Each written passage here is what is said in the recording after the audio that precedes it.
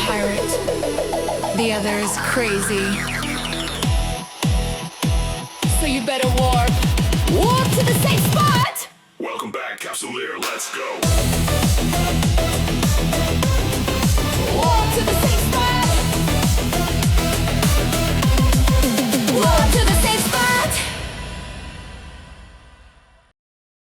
Hello, everyone, and welcome to yet another episode of The Safe Spot with your host, Rixx Javix, and my good friend, CrazyKinux. Good to be back. Yeah, you were out. You were overseas. I was back in the old continent, the home country of my ancestors, the France. Did we talk about this in the last podcast? I think we did. I think we recorded one when you just got back, didn't we? Didn't we mention this last time? This isn't a travel podcast. I'm just glad to be back. It has been quite hectic for me, so it's been a bit of a break from New Eden. Not completely. I haven't gone cold turkey in the last 2 weeks. Keep an eye on Blue Sky and some of the posts that blogs that I follow and their posts and whatnot. And there's been some good news. Great news and important news and things that are coming up in the next 2 weeks that I think we're going to cover tonight.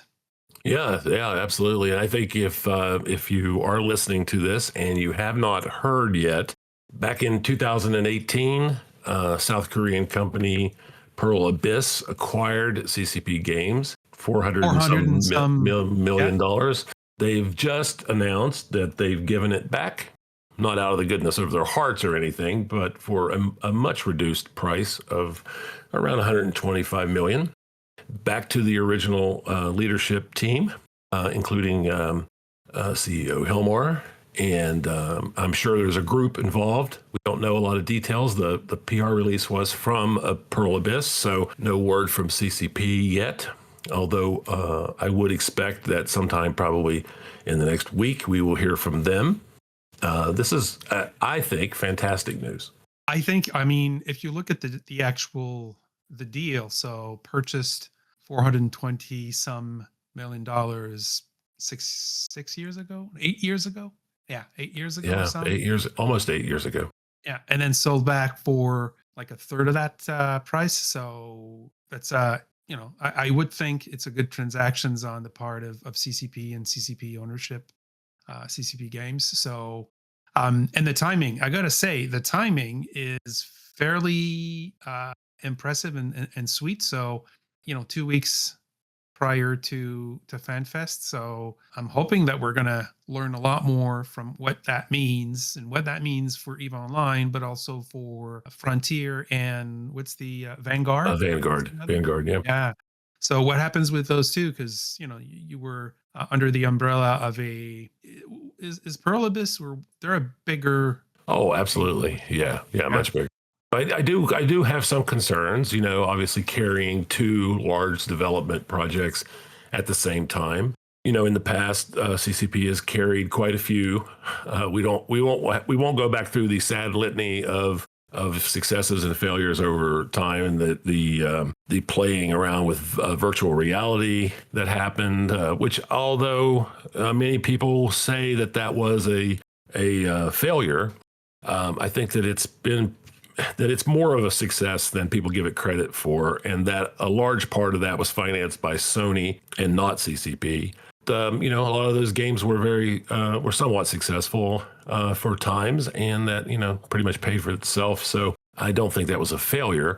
But go all the way back to World of Darkness and the Atlanta studio and everything. If we want to go back into the dawn of time, but carrying two of those, Vanguard and Frontier, that's a lot to carry. It's a bit of a mouthful. For sure. It is. It really is. Then again, I mean, it's funny because I was, reading up on the news about this earlier today. It's sort of in the nature of CCP to attempt to experiment in these sort of, development paths. And it's maybe it's the Icelandic nature of going out and exploring new types of games and seeing what they can do with that. Some will end up in failure and some will either work or they'll be learning something while they develop these games that they can then turn around and apply to the core game. It's funny that, EVE Online has been, well, I mean, you can't say that it's not been successful. It's over Oh, it's 20 horribly years going on. successful. Yeah. So they're doing something right. They're playing their cards right. If you go back all the way back, initially the publisher was of the game was a book publisher, Simon and Schuster. For a while, CCP Games didn't own the IP, I believe, and they managed to get it back just in time for early when the game was launching. So it's a lot of things happening behind the curtain, and this was one of them. But hopefully, we're going to learn a lot more in the next 2 weeks or in 2 weeks. Yeah, I mean, Eve is so old that when it started, digital downloading and digital distribution wasn't really a thing. You still had to put things on CDs, CD-ROMs.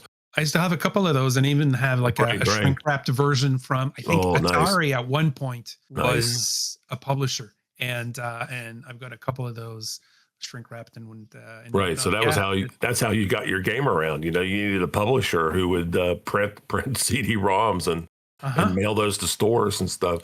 Crazy time. Grandpa days, like Steam was just barely a dream. That's how I got the game. Bought a book. That's crazy. What the publisher is, but the book had the CD. Popped the CD in, installed it, ran into a little update. It's complete. I was going to say it's completely different.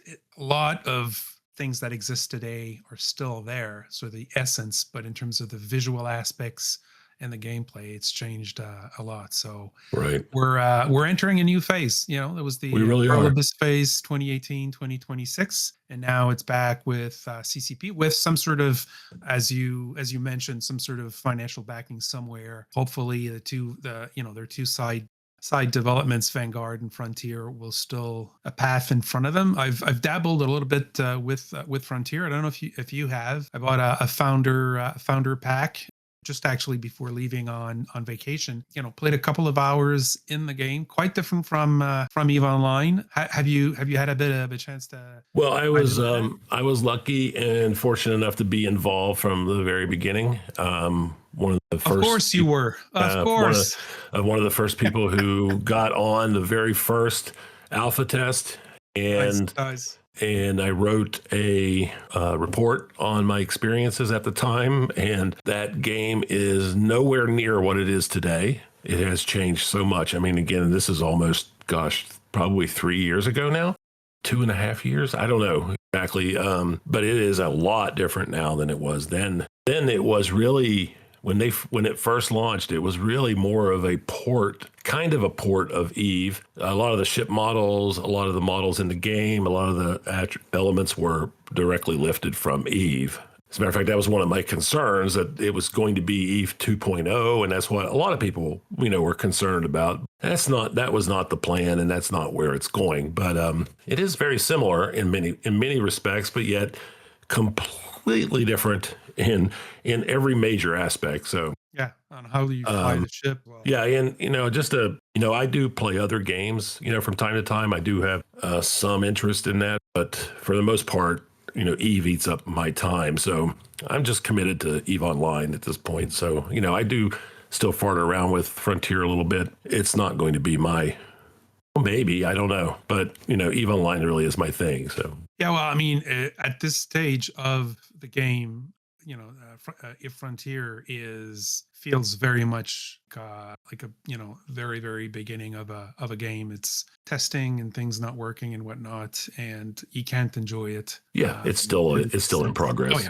Oh yeah. Interesting to see what they'll make out of it, and the whole way that it's structured. Yeah, but the one good thing though, and it was pointed out by my good friend Sturmer on in my Discord today, is that 3 years ago, the idea of a Web3 blockchain crypto kind of oriented game was a very controversial, and a lot of people were completely turned off by anything to do with it at the time. Over the past 3 years, that has changed a lot, and so I suspect that maybe some of this additional funding may be coming from the fact that is it may be more to do with Frontier than we think, and I don't know that for a fact, but I just have a sneaking suspicion that maybe Frontier's being looked at as kind of like the future of gaming. And, they had a very, very successful mod not too long ago, and I think over 800 modders participated, and you can mod directly onto the game yourself and create apps and things that run in the game. So from what I understand, that was a very successful, whatever they call that, when a bunch of people get together and a hackathon. Hackathon. I was looking. Yeah, they have a very successful hackathon. So that's exciting. Yeah. You may be right. There might be some interest in what CCP Games is doing with Eve Frontier that has a couple of publishers very interested. Maybe. Yeah, we'll see. And even if you look at Vanguard is what, Dust 514, but on PC and is it strictly PC or other platforms as well? Oh, I don't know at this point. I think it is just PC right now. Yeah. That's just everything. Well, it's not, we don't live in a world where there's like a divide really between PC and Apple or anything anymore. I mean, it's all just basically the same thing. So it's good. What I meant by that is that it's not a platform. No, it's not exactly. It's not, PlayStation only. That was the mistake with that was this mistake with Dust, right? It was exclusive, PlayStation exclusive. They learned from it, I guess. And then Vanguard. RIP Dust. Yeah, so we'll see. I guess I'm excited. I'm cautiously optimistic. There's probably a lot more money behind turn of events than is that we know about. So let's just keep our fingers crossed and trust in the process. So far, yeah, for sure. I mean, they just came up with the news, barely any details, and just enough for regulatory filing, I guess, or something of the sort. Probably, we'll know more. Yep, they're a publicly traded company. They have to play by the rules. So, So otherwise, FanFest is coming up in little over 2 weeks. So that's pretty exciting. Neither of us are going this year. Yeah, it's pretty exciting, but neither of us are going. Neither of us are going. We thought about it. We bought tickets last year when we were there, because when you're there, they at the end of FanFest they always offer like the biggest discount on tickets, and so we just knee jerk every time. We just buy tickets when we're there, but it's a year away, so we were planning on going or thinking about going. I said to you earlier, we've been 8 to 8 FanFests since 2015, and even in the year of COVID, when we didn't have FanFest, we ended up going over the summer to visit Iceland and do some traveling up north where you can't really get in the wintertime, not reliably anyway. And we had a great trip. So we've seen pretty much the entire island at this point.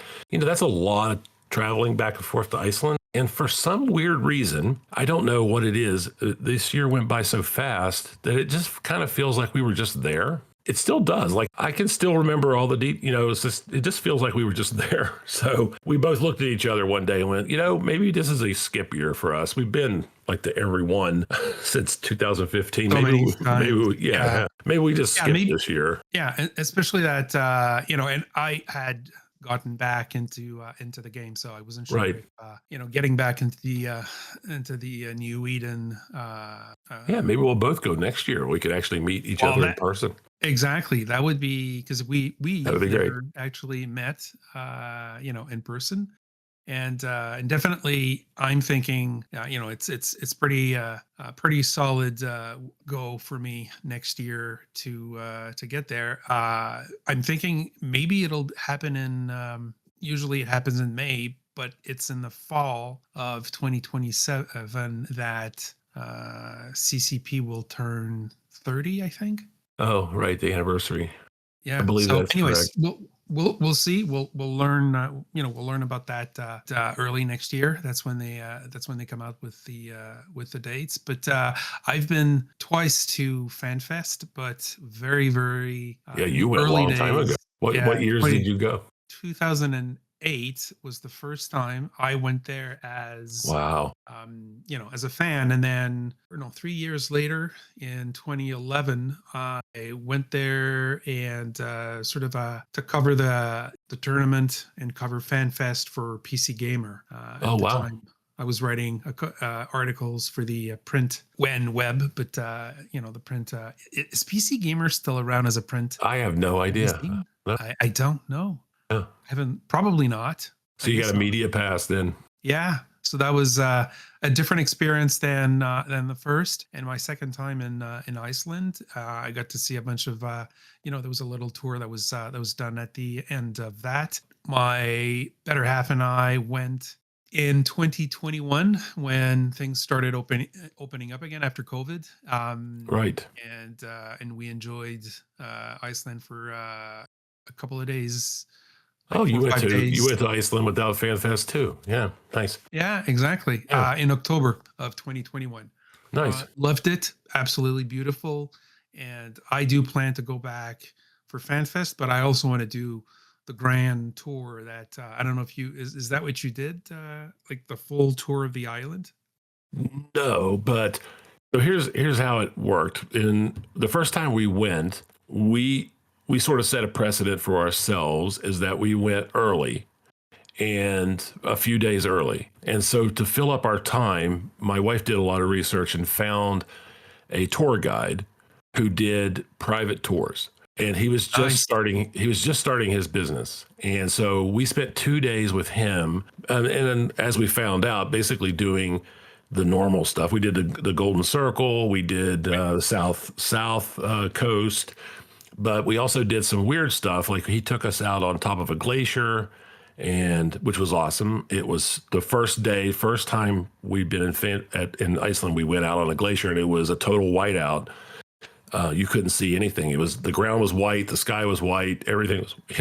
I have a video clip of that up on my YouTube channel. You can hear my wife giggling in the background. It's absolutely hysterical. But so we actually became friends with this tour guide. And so every time we go, he sets up a tour for us and for a few days or whatever. Over the course of 8-9 trips, we've basically seen the entire island. There's a little bit on the far eastern coast that we've not seen. And then we haven't been to the islands in the south, although I've seen them from the top of the volcano and stuff. But so that's one of the reasons why we went in the summer was so that we could go up to the West Fjords up And north, enjoy that. all the way up to the north and go up to Ikiri and the whole north coast and all that, because in the wintertime, which is usually when FanFest is, it's very, very difficult to get up there sometimes, or you just don't know. You can go and then get trapped. That's crazy. Yeah, so I've got a long way to catch up to your knowledge and experience of Iceland. Yeah, but so what was 2008? That is amazing. What was that FanFest like? Were there a lot of people there, or how? I mean, Eve is only 5 years old at that point. I mean, it's hard to compare because I can't compare it to Oh, right. the Yeah, FanFest today. Back then, it was at the sports arena. Right. Both times I was there. They hadn't moved, and I think Harpa Center was what 20. Well, I don't know if you went to the sports center the first time you went to FanFest, but No, it was at Harpa. Yeah. It was definitely, okay. It was definitely Harpa 2015, and it was definitely Harpa 2014, because 14 I was going to go, and then we had to cancel at the last minute, and that's when Matt took Flat Rixx to FanFest in 2014. And that was at Harpa. Okay. And that was at Harpa because he lost Flat Rixx outside of Harpa in a pool of water. Yeah. The wind came and blew Flat Rixx into a pool of water for 2014 FanFest. So Flat Rixx is somewhere. Well, no, they paved over that and completely destroyed that whole area. So he's probably about 12 feet underground if he's still there at all. But yeah. Well, there you go. He's now part of Iceland. He's now a part of Iceland. So yeah, and I mean, to me, it seemed like a decent FanFest sort of event. There was a lot of people. It was a lot of fun. Lots of content. The beer, what do they call it? Not the beer tour, but the pub crawl. Pub crawl. Yeah, that existed, and it was awesome. just fun to meet with corp mates that I'd never met. A lot of them were from the States, and we ended up meeting for the first time and only time at that first FanFest. And the one in 2011 was also at the same sports center. felt familiar and somewhat a little different. Maybe a little bit more people. And was, it was a bit familiar. I'd been there once and whatnot. So Right. I'm probably going to be blown away next year when I finally return to my third fan fest by the size and the amount of people. We'll see, but it is something, it's like it's a pilgrimage that any Eve player should do at least once to attend Absolutely. a 100%. fan fest, either corp mates or enemies and nemesis within the game. Share a beer, stories, and have a lot of fun, and see what the devs have in Yeah. store for Yeah. us, which I I'm looking can't. forward to listen to over the in the next 2 weeks. That's going to be pretty interesting. Yeah, I'm curious to watch the stream. I haven't watched a FanFest stream in 12 years, so that should be pretty interesting. I think it's kind of fun. I have to echo what you just said. I think that if you are interested in Eve at all, then going in person, either to FanFest or to, Eve Amsterdam or Eve Paris, or, some event where you can meet. And I mentioned two. I should mention all of them, but there's player events everywhere, and going to one and meeting real people and realizing how much you have in common. It's fascinating how no matter who you are or what part of the game you play in virtually, but when you're together in real life, you automatically have something in common with everyone you're going to meet. Everybody you meet, you have something in common with. No matter if they fly in nullsec or they're in a wormhole or whatever, you have Eve in common, and immediately you have something to talk about with everyone you meet. It's pretty amazing. Yeah, and not only same game, it's same universe, same instance. You are part of that world, all You of are, us. yeah. So it's fantastic, and there's a lot of folks that I met while I was there that I still keep in touch with. Oh, Some have absolutely, yeah. actually come back to the game, so shout out here to Matt, formerly Freebooter on Yeah, Twitter. Matt. Yeah, West a mule and Eve. I know, yeah, and there's a bunch of them. So That's awesome. absolutely must go if you've played the game any sort of amount. Make sure that at one point you invest in going to back in the day in both times actually. We had to fly. I don't know if it's the case again, and maybe there's flight directly from Montreal, but I had to fly through Boston to Oh God, I get, hate that. yeah, to get to Keflavik Airport. And you just reminded me of by naming all the fan Eve events. The first one that I went to was actually Eve Vegas way Right, back, right. and I can't remember Wow. exactly what year that was, but I believe that was the first time. And then decided to at that I had to go. So that must have been like either 2006 or 2007. I'm Amazing. thinking I'll have to look That's when that it up was again. it was hosted by Goonswarm back then. Probably Yeah, yeah, it was. that was small. Now that was just 30 some individuals, Right, and right.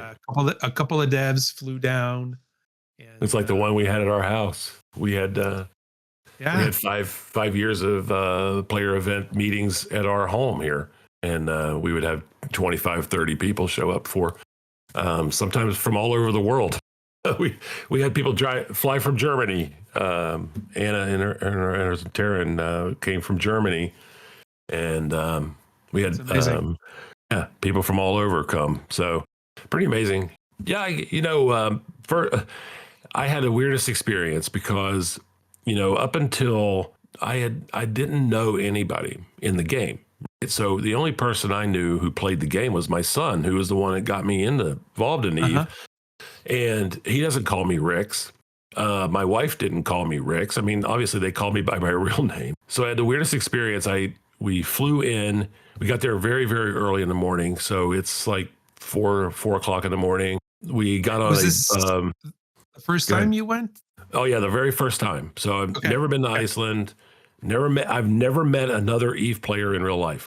So my wife and I get on this little mini bus, and we're driving into Reykjavik. And it's the first time it's the first time we've been to Iceland. It's the first time my wife's been to another country other than Canada, which is a legitimate other country. I'm not trying to degrade Canada. It's a little different when you fly over water. It's a creepy drive in the morning. It's dark, and we've never been in a place like that where it's just the weirdest thing, right? And we get off downtown in the town square, and almost immediately after we get out of the bus, someone yells from across the street, "Hey, Rixx!" And it was just the weirdest.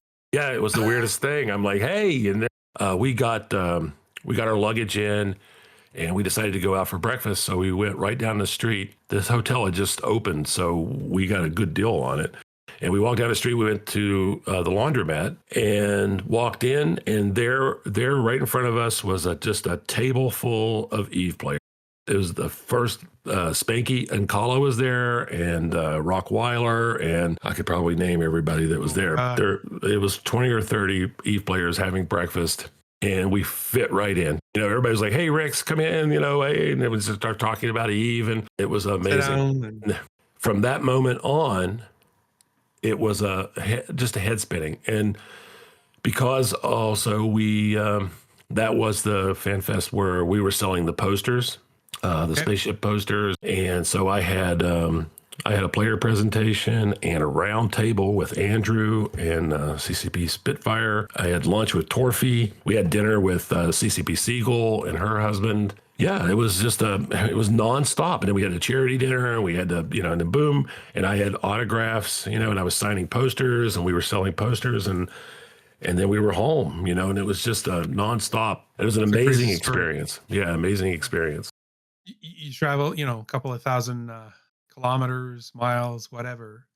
You end up in a new country, in a part of the world you've never been, and within the span of an hour, you're recognized by a bunch of people as if they've always seen you and whatnot. And there is that camaraderie, as we say in French, camaraderie, right? Yes, of Eve players when they get together. If they've heard of you, if they've played with you, against you, and whatnot. And it's an absolutely wonderful experience. If you're not going to this year's FanFest, see if there's an event in your part of the world, in your town, and if there isn't, hell, organize one. Have one. Yeah, have one. Put that up on. I've known people who've done it once, or we went down to Washington D.C. once, and we had a dinner at a restaurant. There was probably 12 of us. That was Minxie. If you remember Minxie, who started Eve Scout, she organized that, and we went down. There was like 12 people for a dinner, and we just that was what we did. So that was awesome. That's a little low key kind of a player meetup. They don't have to be big or extravagant or anything. You can just meet for dinner somewhere. Yeah. Meet for grab a beer, whatnot. We did a couple way back when here in Montreal at an Irish pub where I think the first time we were probably 5 or 6, and the second time probably double that.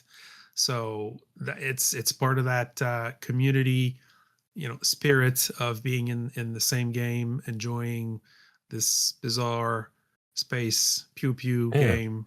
Oh, it's a shame you weren't playing Eve at the time when we had the world tour, and we were up there for Eve Toronto. That would have been a nice thing, but you weren't around then.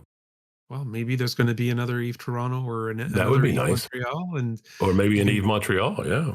Yeah, or maybe an Eve Pittsburgh, or maybe somewhere in your neighborhood. Eve Pittsburgh. So, yeah. So I highly recommend it. FanFest is fantastic. It's fun.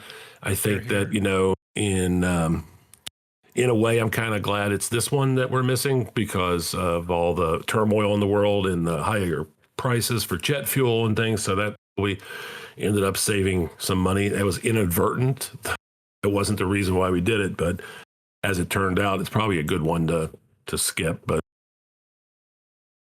Yeah, next year is the big one. So we'll hopefully keep the an world eye. gets itself sorted by then. Let's hope so. Fingers Hope crossed. so. Yeah. I know that we had a couple of subjects that we wanted to talk about tonight, but I was just looking at diving back into what I was doing before taking that sort of a longer break than expected before Right. leaving for vacation, and I came across Eve frigates and the Eve Faction Warfare Yearbook. You Oh, know sure. anything Yeah. about that? Yeah, I do. I know he puts that together every year. Uh-huh. And he always asks me if he can use some of my artwork for the book, and ends up, using some for the cover or from other things. Every year is a little different. But yeah, he does a really great job with that thing. I keep all of them. I have them on my hard drive, and they're pretty fascinating. He does a lot of deep dive into the kill boards and tries to figure out, what the comparisons are and how how the balance has changed over time, and they're pretty fascinating little documents. I think they're pretty valuable. Are you So for those finding of it you, interesting? I'm finding it absolutely freaking effing Good. Oh, good. fantastic. Yeah, that's great. It's, Yeah, I mean, the amount of work that he has put in there, yeah, it's and amazing. he by here we're talking about T Sky, right? Yeah, yeah, yeah. Yeah. So the one that I'm looking at last year's, which came out, I believe, in November. Yeah. 94 pages of a ton of useful content, whatever frigate, whichever frigate you want to fly, it's probably in there with all sorts of statistics and setups and fits. It's a treasure trove of information, It really and is. I barely skiffed, dove into it when before leaving, and I'm getting back into it. It's just, I mean, tip of the hat to T Sky for putting that together, and he's been doing that since 2013, from what I've read. So Yeah, a uh, long time. we'll make sure to post the links to Eve frigates and to the Eve Faction Yeah, that's Warfare a good Yearbook idea. Yeah, in the show notes. But definitely have a look if you're getting if you want to get into that.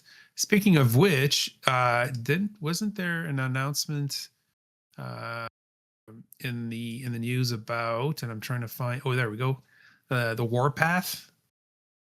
I haven't had a chance to read up on that. Have you? yeah, same here. And I went into the game. I logged into the game today, and I undocked, and lo and behold, there's event sites, and I'm like, what? Does anybody know anything about these event sites? And everybody in my course is like, no, we don't know anything.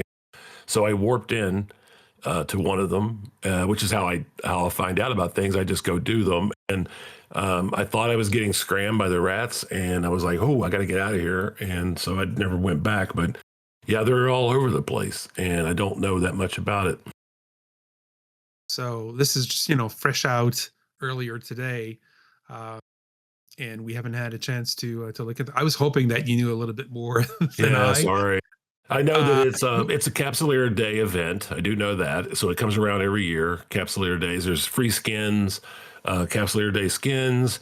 There's lots of skill points being given away. The usual daily login stuff, and there's event sites that have to do with the event. I do not have any of those details, sadly. Sorry. Yeah, I no should have worries. thought about that. Well, I Yeah, mean, it's looks just fun. it's not even a day old, so let's give ourselves a Give break. ourselves a little bit of a break. Yeah, we'll probably have a bit more to chew on once we've on the next episode, once we've had a chance to sort of explore what that is and learn about it, and you will having warped into a bunch of them, we'll have probably a lot more background info than we currently have. So Yeah. stay tuned, I guess, right? Yeah. I feel a little bit like Dr. McCoy in Star Trek. You know, damn it, Jim, I'm a pirate, not a journalist. But yes. Sorry, Bones. But yeah, the Capsulator Days event leading up to FanFest, always a good time. Yeah, be careful when you're in those event sites, especially if they're in low sec, and always check your D scan. We had I had an interesting experience the other day, and I will share it. I published it. I think it's out tomorrow on as a short. I think it was the other day, but anyway, I was the only person in local, and there was one other character in local. So it's me and another guy in local. So it's not complicated. And I'm flashy because I had just engaged someone else in the system next door. So I can imagine on his overview, my red skull is blinking, right? So, but he didn't do anything. He just sat in the asteroid belt. So I go over, and it's a Pioneer. It's one of those new mining frigates. Yeah. And I'm in my Astero, so I take him out, and it blows up, and he warps off, which is great. I didn't pod him because he was, as I found out, only a month old, and I try not to do that. So he got away, and I was going to leave his loot there. And so I cloak back up, and I am not doing this on purpose. I just sat there because I was having a convo with somebody. Somebody convoed me, and so I'm talking to someone, and I'm just sitting there cloaked up near his wreck. It's about 30K away. Okay. And he comes back in a thorax. And he asked me in local, he's like, "Why did you leave my loot?" And I'm like, "Well, I didn't need it. I thought, you know." And he's just sitting there in his thorax. He's not leaving. So, you know, I mean, being me,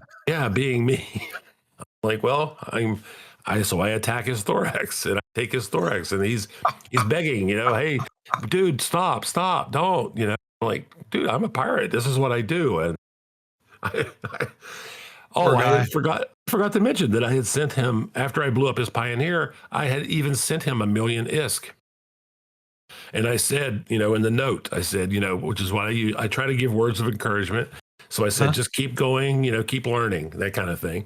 And then he came in his thorax, so I had to kill him again, you know. And then he's just sitting there in his pod, and I'm like, in local, I'm like, "Dude, you got to get your pod out, because if you just sit there, you can be podded."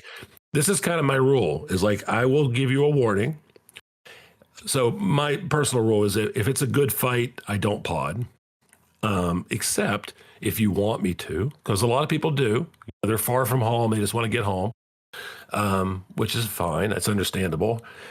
Or they don't move. You know, I don't understand it, but a lot of times when people get exploded, they just sit there in their pods. Shock or just shock, or they quit, or they got so angry they went to get a beer or something. I don't know, but so I'm like, you got to get your pod out. And so went over and bumped it, and he warped it away, so I didn't have to pod him. But man, I tell you, you know, I felt bad, not because of why people might think, you know, I mean, I don't want to kill new players, but sometimes they ask for it, and I kind of feel like he was asking for it, and he shouldn't. I said in the short, you know, this fight should have never happened. Yeah, you should. There's no reason why this fight, no matter how young you are, you should know that there's only two people in local, and one of them is a -10 red skull blinking person that you might want to like warp off to a safe spot or something for a few minutes. Get out of here. Yeah, absolutely. So protect your ship.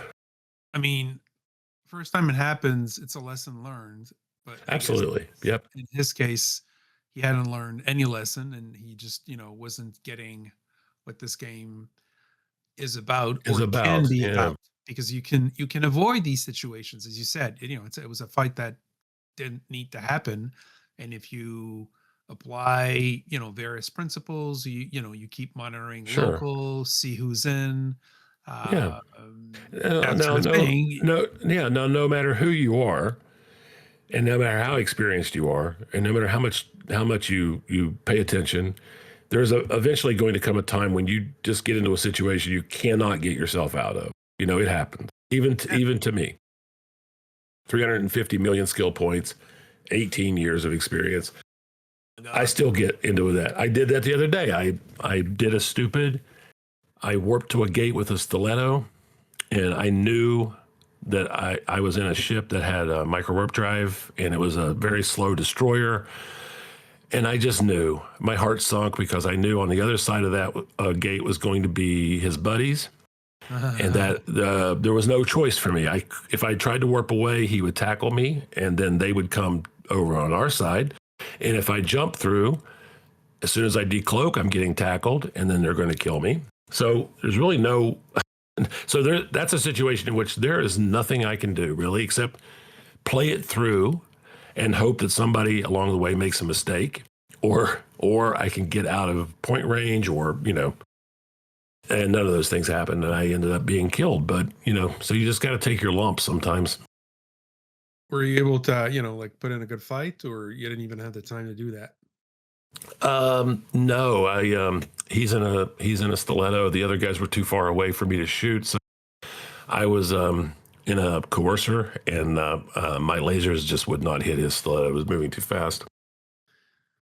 Okay. So, yeah. Sometimes you just got to, bite the bullet. Yeah, or that the other short that I published this week with the hook bill. I don't know if you saw that. The most boring fight ever. I did. I love those shorts, by the way. Almost 10 minutes for me to die. So the reason for that is that it's a very specific situation that can happen to me when I'm in my comet. Every once in a while, there's a hook bill fit that some people fly. It's a micro warp drive, so it's pretty fast, and they put a TD on it, a target disruptor, so it messes with my guns, and then it's got a long point, and they stay outside the range of my guns, about 23 kilometers away. And they can maintain that because I'm in an AB fit, so I only go about 1,600, and they're going 4,000. So if they're really good, there's a whole bunch of things that I try at the very beginning: manual piloting, trajectories, stopping, starting, going. So I try all those things, and none of them are working. And so I know that the other pilot knows what they're doing. And so I just have to sit there. And then those hook bills are very pathetic when it comes to DPS. They're light missile fit. So they're only doing like 120 DPS. Wow. So it's just a very, very painful, slow, long 10-minute fight. Get it over with. Get it over with. Yeah. So yeah, I've thought about blowing myself up would have been faster. But yeah, it's those are painful. So even we get into those situations where it's frustrating, and you just take your lumps, you learn your lesson, and move on. So anyway, because you can do that because you don't have everything invested in that one ship, right? Right. Again, don't fly what you can't lose. Exactly. So we will be back. We are going. Next episode will be a very special FanFest episode. We're going to wait and record after FanFest and release immediately after FanFest. Tuesday after FanFest will be the next episode of the Safe Spot. So I hope you enjoyed this episode. Please join us for the next one, and subscribe, like and subscribe, and fly safe. Any last word?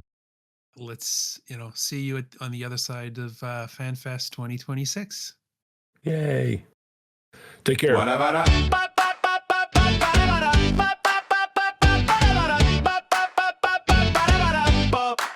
There's a thing in space. It's the size of a moon. Costs more plex than your whole alliance times 2. Built in secret in a hole in the ground. Can't dock anywhere, so it just hangs around. It has a jump drive, needs a fleet to sneeze, needs fuel blocks, needs the CCPs. It's got a doomsday that goes pew pew pew. Once every forever if the server lets you. You shouldn't fly it alone. You shouldn't move it with friends. You can't save it from spies or truly bad ends. It's a Titan, biggest thing you'll ever lose. It's a Titan, a floating pile of bad decisions and fuel. It's a Titan, can't dock, can't run away. Congratulations, pilot, you've anchored yourself in space. Ragnarok or Avatar, whichever, it won't go far. Needs a side note alt, needs a side note chain, needs 3 spreadsheets and a weather vane, needs subcap cover, needs a fax machine, needs someone awake in every time zone you've ever seen. You undock it once for a photo op, then dock your confidence and never stop thinking about spies, thinking about pings, thinking about Reddit and what tomorrow brings. It's not a ship, it's a hostage note, signed by your wallet and your sense of hope. It's a Titan, a monument to sunk cost fallacy. It's a Titan, a kill mail waiting patiently. It's a Titan, bridges, fleets you'll never form. A trillion is Cambrella in a perfectly clear storm. Now children gather round and learn a helpful tip. If it needs an alliance just to safely exist, it might not be a great idea, cause you see it is tracking problems, it has time dilation, it has a pilot sweating in mild conversation. It has SRP debates, it has capital lag, it has a name like Steve. You log in at downtime just to stare at the hull. It's been 5 months since you've undocked it all. You're a space god king with a jump fatigue tan, the smallest man alive inside the largest can. It's a Titan, king of sitting perfectly still. It's a Titan, the ultimate expression of weight. Should we? It's a Titan, build it, guard it, never use it. The biggest ship in EVE Online, and somehow still you might lose it. So clap your hands and light the side note, wave to the spy. They're already watching you. It's not about winning, it's about the plan to someday, maybe possibly, undock the Titan again. And the best part is, we all secretly want one. Or maybe we already do. I'm not telling you, spy. It's a Titan!